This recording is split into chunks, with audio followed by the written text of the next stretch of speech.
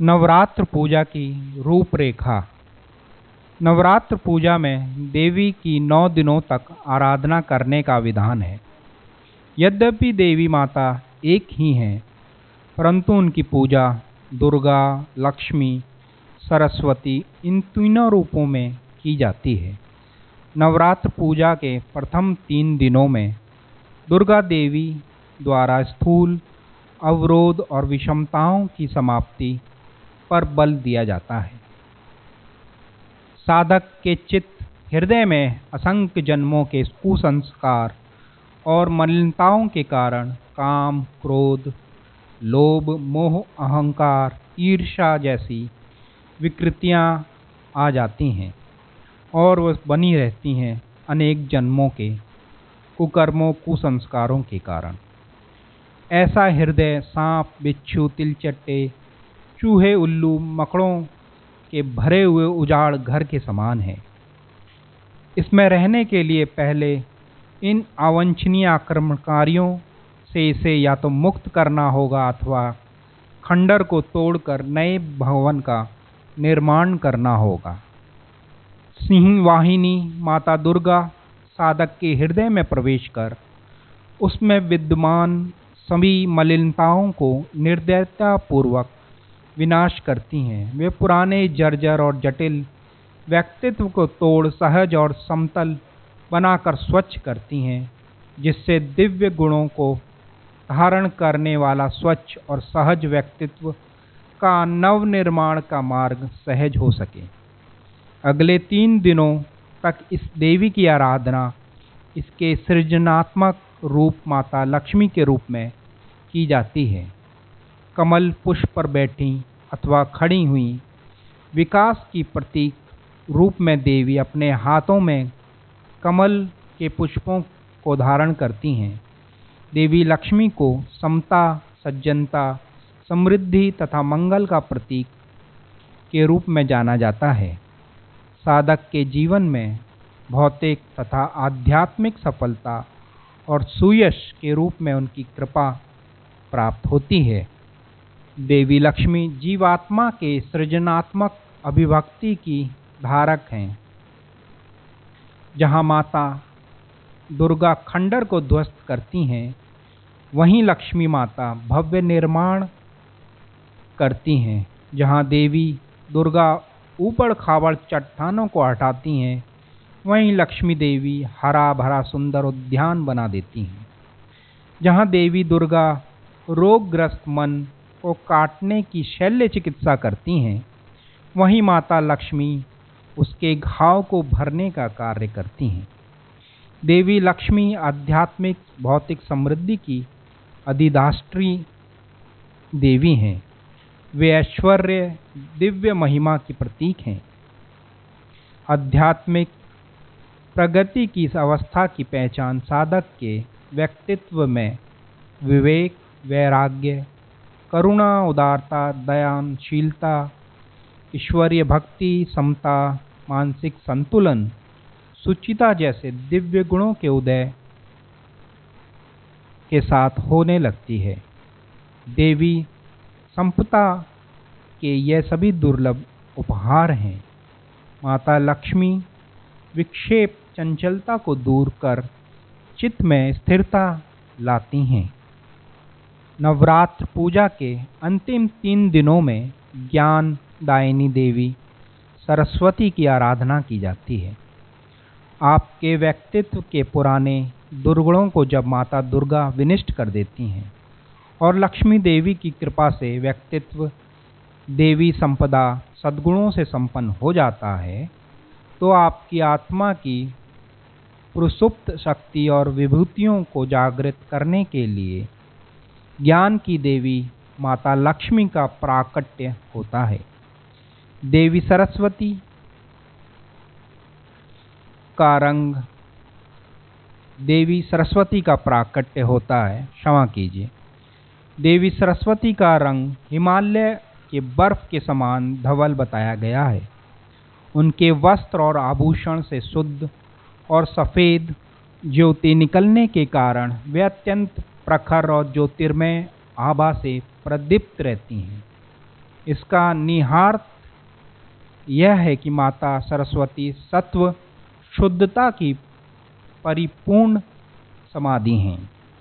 मानव व्यक्तित्व में जब सत्व की वृद्धि होती है तो बुद्धि प्रखर हो जाती है, जिससे अंत प्रज्ञा अनुभूति में सहजता होती है। देवी सरस्वती की तुलना जावा कुसुम नाम के फूल से की गई है। यह सुंदर पुष्प न केवल सफ़ेद है, बल्कि इसकी सुगंध भी बहुत मधुर है। जहाँ परिशुद्धता भी है, वहीं सुगंध है। प्रकाश, सुचिता, सुगंधी और प्रदीप्त भी है। वे अपने हाथ में वीणा धारण करती हैं, जो व्यक्तित्व में समता और संतुलन का प्रतीक है।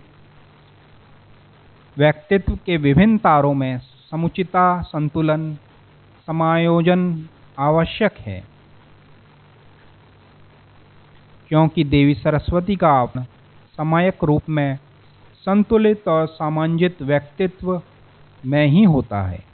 माता सरस्वती की सवारी हंस है, जो विवेक का परिचायक है।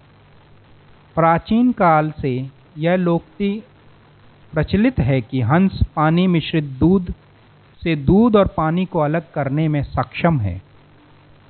ठीक ऐसे ही साधक की बुद्धि जब अंत प्रज्ञा में रूपांतरित हो जाती है, तो यह सत्य और भ्रम को पृथक करने में समर्थ प्राप्त कर लेती है। ऐसी अंत प्रज्ञिक बुद्धि ही देवी सरस्वती का वाहन हंस है।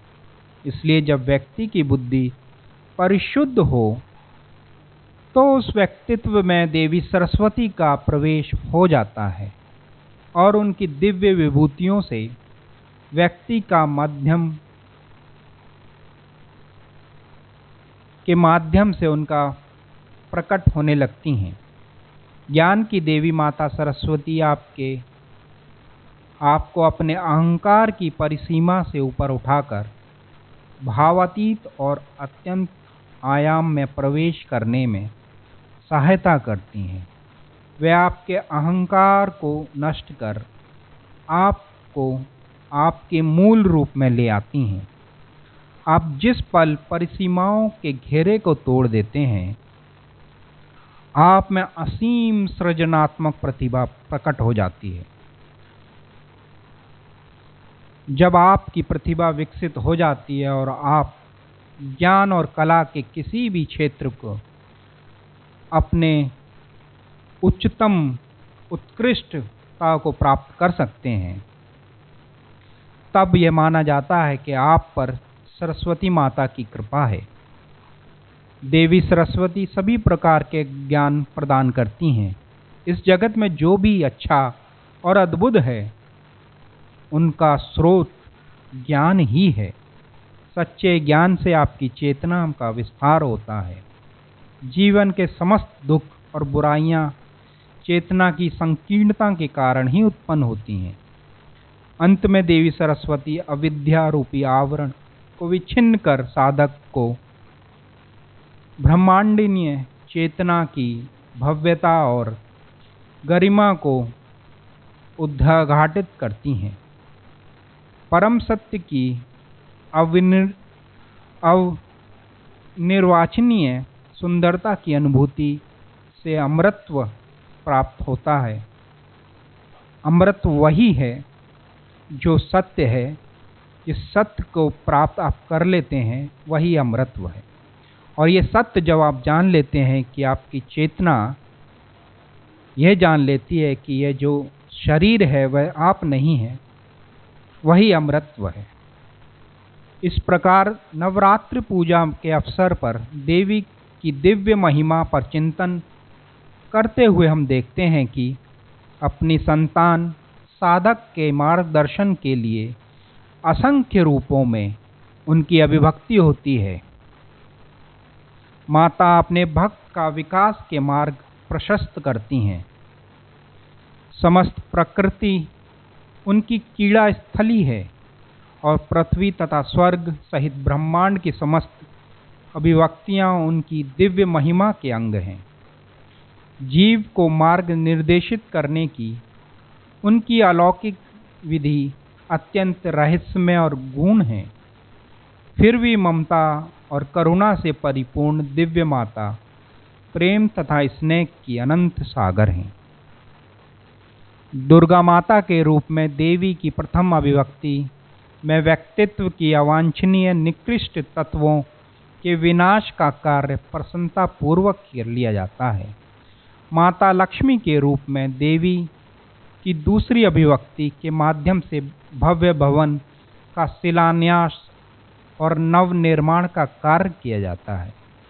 देवी की तीसरी और अत्यंत उत्कृष्ट अभिव्यक्ति माता सरस्वती के अवतरण के साथ ही उपवन में पुष्प खिल जाते हैं, वृक्षों पर मधुर फल लग जाते हैं, जीवात्मा नवीन प्रसाद के वयतन से सापेक्ष जगत के दुखों को दूर कर उनसे मुक्त हो जाती हैं। आत्म साक्षात्कार के रूप में यह देवी पूजा का चरमोत्कर्ष है, जिसे विजयदशमी के प्रतीक के रूप में समारोह पूर्वक मनाया जाता है। नवरात्र पूजा के 10वें दिन सभी असुरों पर देवी की विजय का यह परिचायक है।